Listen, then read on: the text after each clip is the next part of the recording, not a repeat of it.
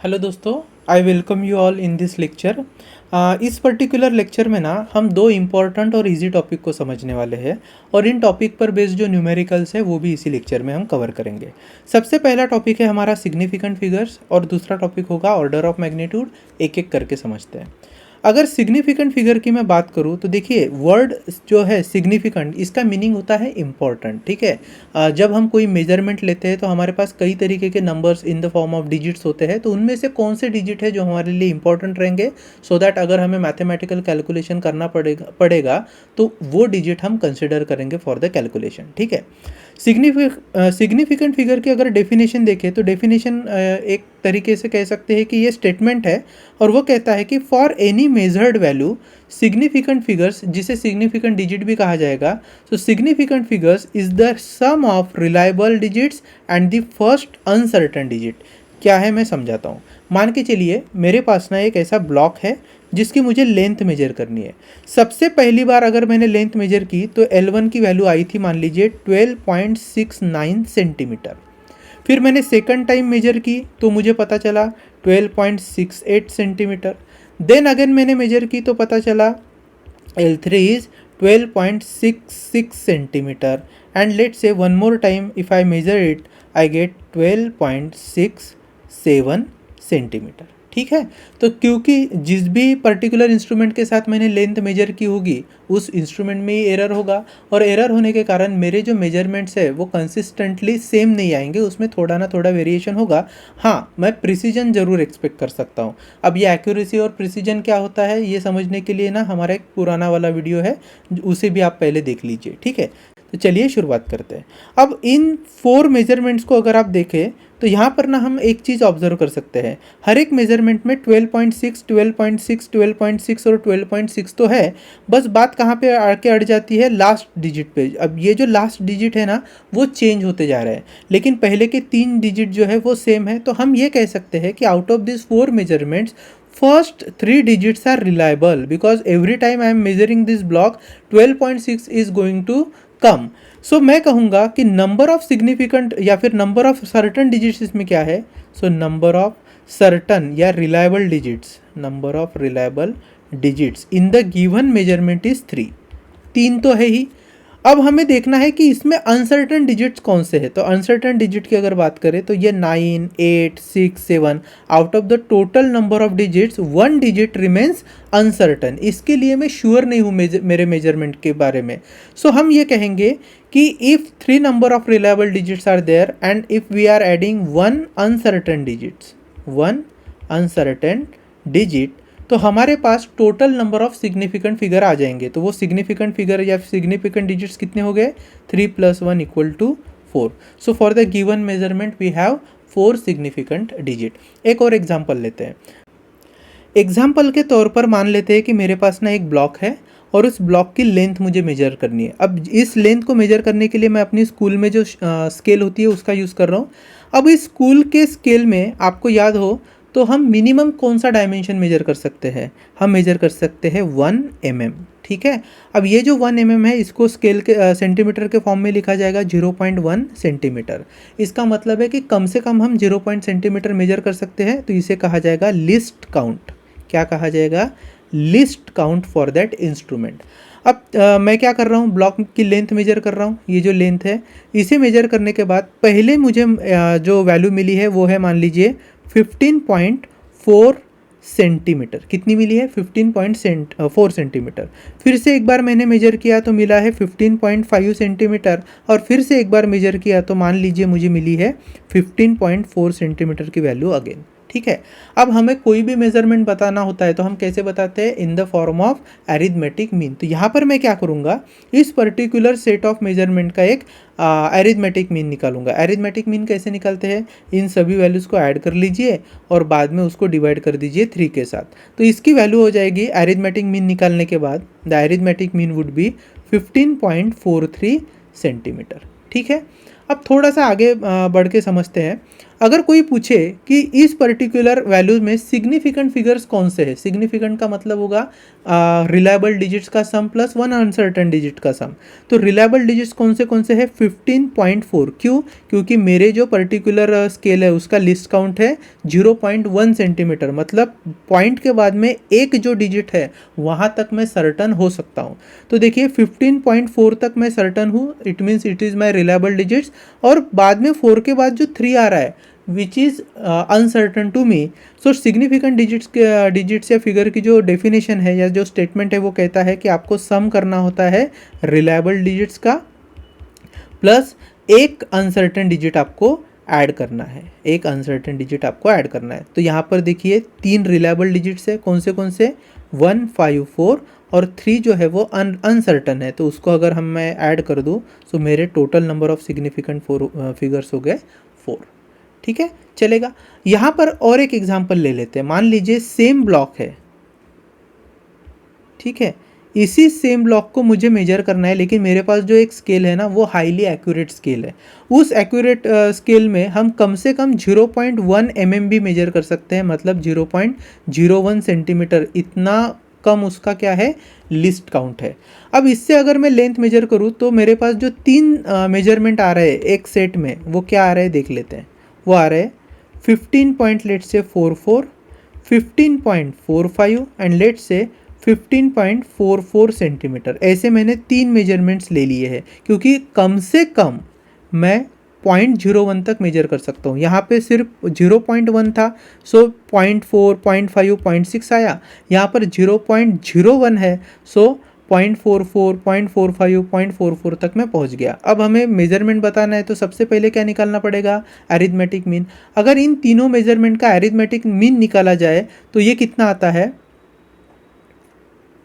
ये आता है 15.44333। इस तरीके से वो चलते रहेगा। ठीक है, सो अब जो गिवन मेजरमेंट है मेरा 15.44333, इसमें मैं कौन से डिजिट के लिए श्योर हो सकता हूँ। देखिए मेरे जो स्केल है इसका लिस्ट काउंट है 0.01, मतलब डेसिमल के बाद up to 2 digit I can be certain. So decimal के बाद अप टू 2 डिजिट मतलब 0.44 तक मैं श्योर हूँ, और इसके बाद में जो भी डिजिट्स है वो अनसर्टन है। तो सिग्निफिकेंट फिगर यहाँ पर कितने हो जाएंगे, 1544, that is 4 number of reliable और certain digit plus 1 uncertain digit. यहाँ पर जो 333 है ना, ये अनसर्टन डिजिट्स है, तो उसमें एक मैंने ऐड किया तो ये हो गया 5। तो फाइनल मेजरमेंट जो होगा वो मेरा होगा 15.443 सेंटीमीटर। ठीक है, so this is the number of significant figures that should be there in my measurement if I am measuring with a scale having lower, very lower least count. याद रखिए अगर आपका जो इंस्ट्रूमेंट है उसका लिस्ट काउंट कम है तो आपको ज़्यादा एक्यूरेसी मिलती है आपके मेजरमेंट में। तो हम बोलेंगे low value of list count, low value of list count will give you high accuracy in measurement. ठीक है, ये ऐसे भी होता है अगर low value of list count है तो नंबर ऑफ सिग्निफिकेंट फिगर्स भी ज़्यादा होते हैं। सो हायर, या फिर हम लिख सकते हैं large number of significant digits या फिर फिगर। ठीक है, और लार्ज नंबर ऑफ सिग्निफिकेंट हमें बताता है कि हमारे जो मेजरमेंट है उसकी एक्यूरेसी भी ज़्यादा है। ठीक है, चलिए अब ना कोई भी एक रैंडम मेजरमेंट है और वहाँ से हमें सिग्निफिकेंट फिगर्स पता करने हैं तो कैसे पता करेंगे। फॉर एग्जांपल मैं बोल दूँ कि मेरे पास एक नंबर है 1317.600, या फिर कोई एक दूसरा नंबर है 96.319, कोई एक तीसरा नंबर है 12500। ऐसे कोई भी रैंडम नंबर दिए और आपको पता करना है कि इनमें सिग्निफिकेंट डिजिट्स या सिग्निफिकेंट फिगर कितने हैं, तो उन्हें पता करने के लिए एक 4 सिंपल रूल है, उन्हें एक एक करके देख लेते हैं। सो सिग्निफिकेंट फिगर्स, ठीक है, सबसे पहला रूल है ऑल नॉन जीरो डिजिट्स और all non zero digits are significant. This is my first rule. क्या मतलब है इसका, अगर मैं लिखूँ 13.698 या फिर एक नंबर लेता हूँ 9.611 या फिर 31287, ठीक है। ये सभी जो नंबर्स है इसमें जीरो नहीं है, all non zero digits are significant, मतलब इसमें पहले के इसमें कितने नंबर ऑफ डिजिट सिग्निफिकेंट आएंगे 1 2 3 4 5, सो सिग्निफिकेंट डिजिट्स आर 5। फिर हम बात करेंगे सेकंड सेट ऑफ मेजरमेंट की, इसमें क्या है 9.611, तो इसमें 4 नंबर ऑफ डिजिट सिग्निफिकेंट होंगे क्योंकि चारों ही नॉन जीरो डिजिट है, और लास्ट के इसमें टोटल नॉन जीरो डिजिट है 5, so these are my significant figure. Now next rule कहता है zeros between non zero digits, zeros between non zero digits are significant, are significant. देखते हैं, एक कोई नंबर ले लेता हूँ मैं 103105, दूसरा एक नंबर ले रहा हूँ 11.3012, थर्ड एक नंबर ले रहा हूँ 1.6091, और एक नंबर ले रहा हूँ 00106, ठीक है। अब यहाँ पर ये अगर आप नंबर देखो तो पहले नंबर में, यहाँ पर पहले नंबर में ये जो जीरोज है they are in between non zero digits, पहले के दो जीरो 1 एंड 3 के बीच में है, लास्ट का जो जीरो है वो 1 एंड 5 के बीच में है, तो ये क्या है सिग्निफिकेंट डिजिट्स बन जाएंगे क्योंकि वो नॉन जीरो डिजिट्स के बीच में है। तो कितने नंबर ऑफ सिग्निफिकेंट डिजिट्स है 1 2 3 4 5 6 7, सो सिग्निफिकेंट डिजिट्स और significant figures are 7। Second set of measurement में कितने सिग्निफिकेंट फिगर्स है, यहाँ पर देखिए ये जीरो है which is in between two non zero digits, so these are also significant. सो 1 मतलब टोटल नंबर ऑफ सिग्निफिकेंट की बात करें तो 1 2 3 4 5 6, so there are 6 digits which are significant. इस केस में देखिए लास्ट में यहाँ पर सेकंड लास्ट में कितना है 1 2 3 4 5, so I have 5 as my significant figures. और लास्ट के केस में देखिए यहाँ पर ये जो 0 है वो आगे लिखे हैं तो हमारे लिए कोई इंपॉर्टेंट नहीं है, लेकिन ये जो थर्ड जीरो है which is in between 1 and 6, तो ये इंपॉर्टेंट है, तो हम कहेंगे we have 3 significant digit here. तो हमारे पास कितने डिजिट्स हो गए 3 सिग्निफिकेंट डिजिट हो गए। नेक्स्ट रूल क्या कहता है, if the number is less than 1, कोई एक नंबर है less than 1, then 0 before the decimal and zeros just after decimal are not significant, are not significant। समझते हैं क्या कहना चाह रहा है। देखिए अगर मैं कोई नंबर लूँ जो एक से छोटा है, वो हो सकता है 0.9183 है, वो हो सकता है 0.0916, 0.00318, कोई एक नंबर हो सकता है 0.06103, ठीक है। सो इस तरीके से कोई एक नंबर है और हमें पता करना है कि इनमें सिग्निफिकेंट डिजिट्स कौन से। तो पहला रूल क्या था, all the non zero digits are significant, so 9183 वो सभी सिग्निफिकेंट है, लेकिन डेसिमल के पहले अगर आप जीरो देखोगे तो ये डेसिमल के पहले आया है तो इसे छोड़ देना है, क्योंकि रूल क्या बोलता है 0 before the decimal and zeros just after decimal are not significant. यहाँ सेकंड केस में देखिए 0.00, तो डेसिमल के बाद का एक जीरो और डेसिमल के पहले का एक जीरो, ये दोनों जीरो क्या है नॉट सिग्निफिकेंट है। सो पहले डिजिट में हमने देखा था all there were non zero digits, और सिग्निफिकेंट डिजिट्स कितने हुए थे वहाँ पे 4 हुए थे। सेकंड केस में सिग्निफिकेंट डिजिट्स कितने रहेंगे 3 रहेंगे, 916 that is 3 numbers of significant digits. यहाँ पर देखिए यहाँ पर भी कितने नंबर ऑफ डिजिट सिग्निफिकेंट होंगे 3, क्योंकि डेसिमल के पहले और डेसिमल के जो बाद के डिजिट्स जीरो है उन्हें हम काउंट नहीं करते हैं, तो यहाँ पर भी सिग्निफिकेंट डिजिट्स है 3। लास्ट के एग्जाम्पल में देखिए डेसिमल के बाद, यहाँ जो डेसिमल पॉइंट है, डेसिमल पॉइंट के पहले और बाद के जो जीरो है उन्हें हम कंसिडर नहीं करेंगे, लेकिन जो जीरो 1 एंड 3 के बीच में है या फिर जो 0 3 के बाद में है वो जस्ट आफ्टर डेसिमल तो है नहीं, है ना, सो उन्हें सिग्निफिकेंट डिजिट्स के अंडर काउंट किया जाएगा। तो हम लिख सकते हैं यहाँ पर कितने सिग्निफिकेंट डिजिट्स है 1 2 3 4 5, so total number of significant digits are 5, ठीक है। नेक्स्ट रूल देख लेते हैं। नेक्स्ट रूल कहता है कि zeros at right hand side of non-zero digit are significant if the number is in decimal form एक एग्जांपल देता हूँ मैं। मान के चलिए मेरे पास नंबर है 1200, दूसरा एक नंबर है 12.00, थर्ड एक नंबर है 12.030। ठीक है, 3 नंबर ले लेते हैं। अब पहला जो नंबर है उसमें क्या है, जीरोस तो है which are at the right hand side, so zeros at right hand side of non zero digits are significant if the number is in decimal form. तो ये जो जीरो है लगते तो है कि राइट हैंड साइड में है, लेकिन हम उन्हें सिग्निफिकेंट नहीं मान सकते। क्यों? क्योंकि ये जो गिवन नंबर है वो डेसिमल फॉर्म में नहीं लिखा है। तो यहाँ पर कितने नंबर ऑफ सिग्निफिकेंट डिजिट हो जाएंगे? बस 1 and 2, that is we have 2 significant digit. यहाँ नीचे देखिए क्या नंबर है 12.00।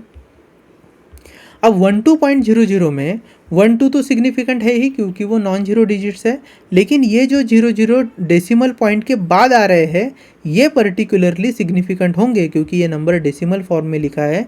सो we have 4 number of significant digits here. Last के केस में देख लीजिए 1 और 2 तो सिग्निफिकेंट है ही, बाद में जो जीरो आ रहा है भले ही वो डेसिमल के बाद आ रहा हो लेकिन नंबर 1 से बड़ा है तो उसे भी काउंट करना पड़ेगा। और 3 जीरो जो है ये वाला जीरो ये भी हमें काउंट करना पड़ेगा because it is eight the right hand side of the non-zero digit and the whole number is represented in the decimal form. So thus we have total number of 5 significant digits. ठीक है, सो इस तरीके से हम क्या कर सकते हैं, सिग्निफिकेंट नंबर्स फाइंड कर सकते हैं या सिग्निफिकेंट डिजिट्स फाइंड कर सकते हैं। चलिए मैं आपको कुछ एक एग्जांपल देता हूँ, यहीं पे करके देखते हैं। कुछ मैं रैंडम नंबर ले रहा हूँ 7815, फिर लिख रहा हूँ 7031.00, देन लिख रहा हूँ 1006.2, then I am writing 1600.0, then 12000। ठीक है, तो चलिए पहला नंबर देखिए, सभी डिजिट्स नॉन जीरो है तो इसमें हो गए 4 non zero digits as my significant digits. यहाँ पर देखिए डेसिमल से पहले 4 डिजिट है और बाद में 2 जीरो है। अब क्योंकि ये नंबर डेसिमल फॉर्म में लिखा है इसलिए जीरो भी हमारे लिए सिग्निफिकेंट होंगे, तो हम क्या लिख सकते हैं इसको, कितने नंबर ऑफ सिग्निफिकेंट डिजिट्स है मेरे पास 6। नेक्स्ट केस में कितने आएंगे 1, और बाद के जो 00 है वो 2 नॉन जीरो डिजिट्स के बीच में है इसलिए वो भी सिग्निफिकेंट है। सो 4 डेसिमल के पहले एंड डेसिमल के बाद का एक non zero digit, that is total number of 5 are my significant digits. नीचे देखिए 1600.0 में 1600 के बाद के जो 2 जीरो है वो राइट हैंड साइड में है लेकिन नंबर जो है वो डेसिमल फॉर्म में है तो जीरो को काउंट करना पड़ेगा। सो यहाँ पर कितने नंबर ऑफ सिग्निफिकेंट फिगर है 1 2 3 4 and 5। So I have 5 significant digits. और लास्ट के केस में देखिए 12 के बाद में 3 जीरोज़ है लेकिन ये जीरोज़ राइट हैंड साइड में होने के बावजूद भी डेसिमल फॉर्म में नंबर नहीं है तो हम इसको काउंट नहीं करेंगे, तो हम लिखेंगे ओनली 2, दैट इज़ 1। ये जो 1 और 2 ये 2 डिजिट ही मेरे लिए सिग्निफिकेंट है, ये तीनों डिजिट्स तीनों जीरो नहीं काउंट होंगे। ठीक है, सो आई होप को आपको सिग्निफिकेंट फिगर अच्छे से समझ में आया होगा। अभी हम बात करेंगे ऑर्डर ऑफ मैग्नीट्यूड की। ऑर्डर ऑफ मैग्नीट्यूड को देखने से पहले हमारे एक्सरसाइज में ना एक क्वेश्चन दिया है हमें रिगार्डिंग टू सिग्निफिकेंट फिगर्स, उसको देख लेते हैं। कौन सा क्वेश्चन है? एक्सरसाइज 3 में 15th नंबर का क्वेश्चन है। Write down the number of significant figures in the following. कुछ नंबर्स दिए हैं, देख लेते हैं क्या नंबर है। First is 0.003 metre square, second is 0.1250 gram per centimetre square, then 6.4 into 10 to the power 6 meter, and then 1.6 into 10 to the power minus 19 coulomb, and last is 9.1 into 10 to the power minus 31 kg। ठीक है, तो अब देखिए हमारे 4 rules है और 4 rule के हिसाब से पहला वाला देखेंगे। सो फर्स्ट क्या कह रहा है 0.003, यहाँ पर डेसिमल के पहले का और बाद की जीरो नहीं लेना है तो हमारे पास बचता है 3 which is a non zero digit. So हम कहेंगे we have only 1 significant digit present here. Second case में हमें क्या दिख रहा है 0.1250, तो डेसिमल से पहले का जीरो नहीं लेंगे और बाद की जीरो आएंगे उसमें सिग्निफिकेंट डिजिट में। सो ये नंबर कितने नंबर हो जाएंगे सिग्निफिकेंट फिगर्स यहाँ पे 1 2 3 and 4. So I have 4 significant digits here. ठीक है, चलिए नेक्स्ट केस में क्या है, 6.4 दिख रहा है मुझे. अब यहाँ पर तो ऑल नॉन जीरो डिजिट है, तो सिग्निफिकेंट डिजिट्स कितने बन जाएंगे, 2. उसके नीचे ये देखिए 1.6 है, उसमें भी वही केस है. 1.6 में भी कितने सिग्निफिकेंट डिजिट होंगे, 2. एंड लेटर ऑन 9.1 में भी 2 नॉन जीरो डिजिट्स है, तो they will be my significant digit. So significant digit observe is 1 4 2 2 and 2 in given respective numbers. ठीक है, चलिए अब हम ऑर्डर ऑफ मैग्नीट्यूड को समझते हैं. अब सिग्निफिकेंट फिगर्स को समझने के बाद हमारा नेक्स्ट टॉपिक है ऑर्डर ऑफ मैग्नीट्यूड. क्या होता है ऑर्डर ऑफ मैग्नीट्यूड, कोई भी मेजरमेंट हमारे पास अगर है तो उसे हम लिख सकते हैं in the form of a into 10 to the power n. यहाँ पे जो 10 का पावर होता है, यहाँ पर जो मैंने n लिखा है विच इज़ माई 10 का पावर, यही होता है आपका order of magnitude in the given measurement, provided कि ये जो a है, a की वैल्यू क्या होनी चाहिए, it should be greater than और इक्वल टू 0.5. 0.5 से ग्रेटर दैन और इक्वल टू होनी चाहिए a की वैल्यू, या फिर it should be less than 5. अगर ऐसा है तो उस नंबर को इस फॉर्म में लेकर आने के बाद आपका जो भी कुछ 10 का पावर होगा वो 10 का पावर बन जाएगा ऑर्डर ऑफ मैग्नीट्यूड. ठीक है, याद रखिए. चलिए हम एक एग्जांपल लेते हैं. मान के चलिए मेरे पास नंबर है 161.389. ठीक है, और मुझे पूछा गया है इसका ऑर्डर ऑफ मैग्नीट्यूड फाइंड करने के लिए. अब ऑर्डर ऑफ मैग्नीट्यूड फाइंड करना है तो ये a into 10 to the power n के फॉर्म में लिखना पड़ेगा, और a की वैल्यू 0.5 से या तो बड़ी या इक्वल होगी या फिर 5 से छोटी होगी. तो इस नंबर को मैं कैसे लिख सकता हूँ, देखिए इस नंबर को मैं फिलहाल आपको एक दो तरीके से लिख कर बताता हूँ. This number can also be written as 1.61389 into 10 to the power 2. ठीक है, क्या किया मैंने, डेसिमल पॉइंट को लेफ्ट में शिफ्ट किया है 2 डिजिट से, तो 10 का पावर +2 हो गया. अब इसी नंबर को मैं लिख सकता हूँ 0.161389 इंटू 10 टू द पावर 3. ठीक है, दो मान लीजिए नंबर है. अब ऑर्डर ऑफ मैग्नीट्यूड फाइंड करने के लिए हमें इस कंडीशन को मीट करना है. कंडीशन क्या कह रही है, आपका जो नंबर है which is a, it should lie between 0.5 and 5. 0.5 या 5 के बीच में होना चाहिए. तो पहला जो नंबर है which is 1.61389 and yes of course it lies between 0.5 and 5. So this is my correct number two find the order of magnitude. Second number पे जाएंगे तो यह क्या लिखा है 0.1613. अब देखिए 0.1613 जो है वो 0.5 से छोटा है तो नहीं चलेगा. नंबर या तो 0.5 होना चाहिए या उससे ग्रेटर होना चाहिए. तो हम ये जो सेकंड नंबर है इसे काउंट नहीं करेंगे. फर्स्ट नंबर में हम ऑर्डर ऑफ मैग्नीट्यूड फाइंड कर सकते हैं, और ऑर्डर ऑफ मैग्नीट्यूड क्या होता है, आपका जो 10 है 10 का पावर, तो यहाँ पर 10 का पावर 2 है, इसलिए मैं लिखूँगा ऑर्डर ऑफ मैग्नीट्यूड 2. ठीक है, और एक नंबर ले लेते हैं. फॉर एग्जांपल मेरे पास दिया है 0.03618 इंटू 10 टू द पावर -3, और मुझे फाइंड करने के लिए कहा है ऑर्डर ऑफ मैग्नीट्यूड. अब इस नंबर को क्या लिखा जा सकता है, इस नंबर को आप लिख सकते हो 3.618 या फिर 0.3618, है ना. लेकिन नंबर जो होना चाहिए वो 0.5 और 5 के बीच का होना चाहिए. तो ये तभी होगा अगर मैं इसे लिखता हूँ 3.618. अगर मैं इसे 3.618 लिखूँ तो 10 का पावर कितना हो जाएगा, देखिए डेसिमल मैंने कहाँ शिफ्ट किया, राइट में शिफ्ट किया. कितने डिजिट से किया, 2 डिजिट से. तो डेसिमल अगर राइट में 2 डिजिट से शिफ्ट हुआ तो 10 टू द पावर -2 इस -3 में ऐड करना पड़ेगा. तो ये क्या हो जाएगा 10 to the power -5. So I'll be saying order of magnitude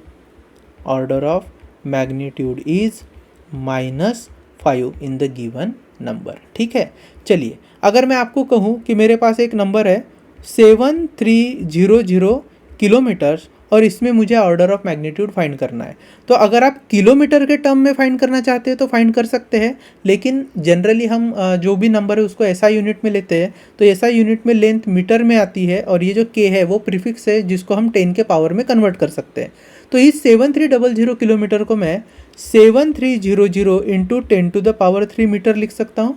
ठीक है, अब यहाँ पर मुझे ऑर्डर ऑफ मैग्नीट्यूड फाइंड करना है, तो मेरा जो नंबर है a that should be greater than और equal to 0.5 and it should be less than 5. तो इस कंडीशन को सेटिस्फाई करने के लिए मुझे इस नंबर को क्या लिखना पड़ेगा, मुझे लिखना पड़ेगा 0.73 इंटू 10 टू द पावर क्या हो जाएगा वो अगर डेसिमल पॉइंट को मैंने शिफ्ट किया है तो कितने डिजिट से शिफ्ट किया है, 1 2 3 4, 4 डिजिट से शिफ्ट किया है तो वो 4 यहाँ पर क्या हो जाएंगे, ऐड हो जाएंगे लेफ्ट में शिफ्ट होने के कारण।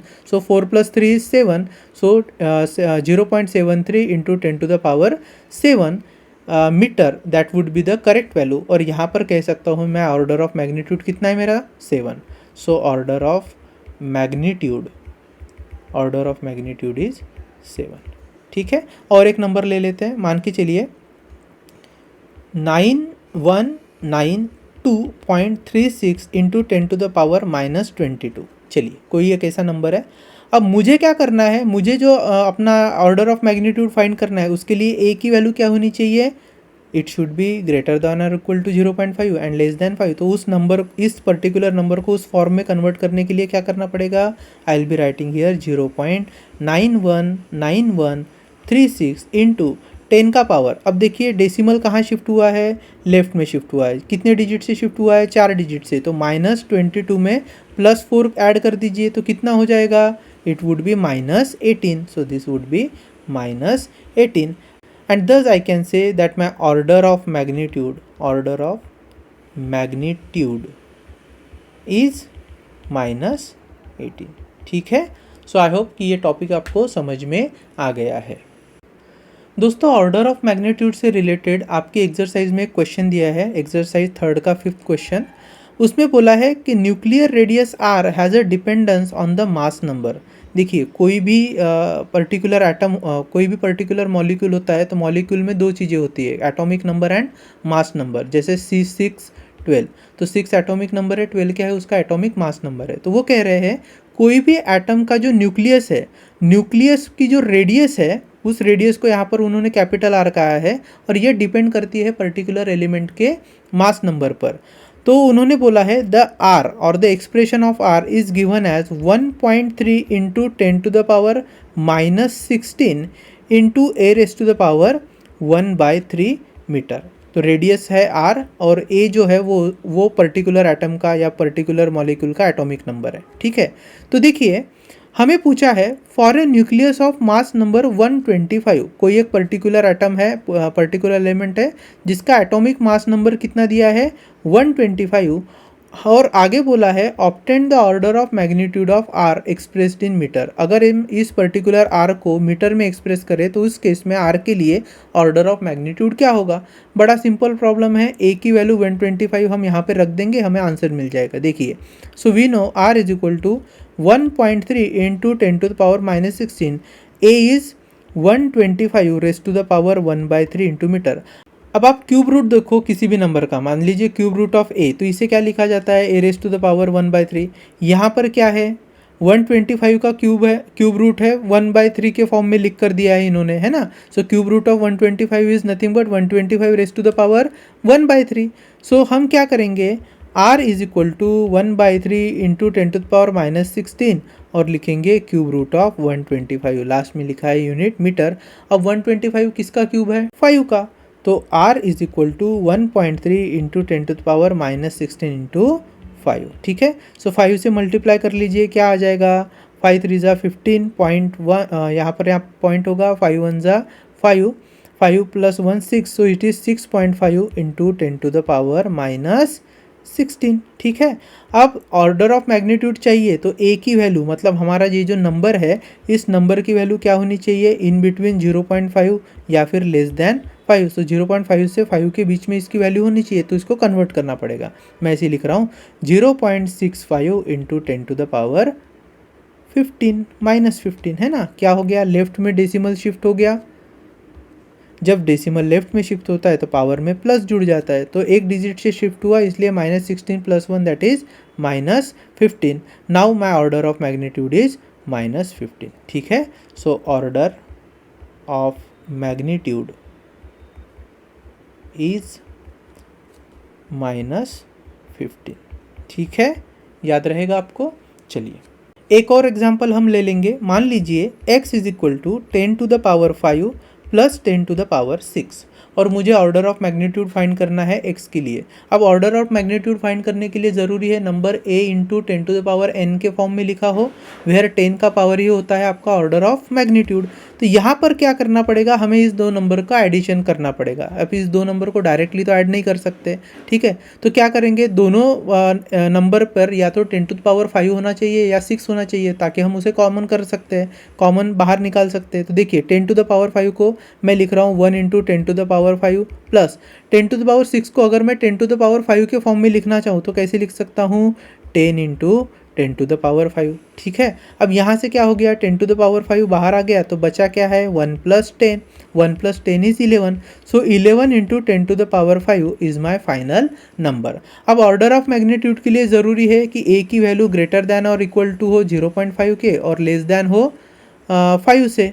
तो इस फॉर्म में अगर मुझे नंबर लाना है तो क्या लिखना पड़ेगा, I will be required to write 1.1 into 10 to the power 6। कितना लाना पड़ेगा, 1.1 इंटू 10 टू द पावर 6, तब जाके ये कंडीशन क्या हो रहा है, सेटिस्फाई हो रहा है कि नहीं। सो हमारा दिया हुआ नंबर 0.5 से बड़ा भी है और 5 से छोटा है। तो ऑर्डर ऑफ मैग्नीट्यूड कितना होगा, 6। ऑर्डर ऑफ मैग्नीट्यूड इज 6, क्योंकि 10 का जो पावर है वो क्या है 6, तो my order of magnitude is 6, ठीक है। आई होप कि यहाँ तक आपको अच्छे से समझ में आया हो।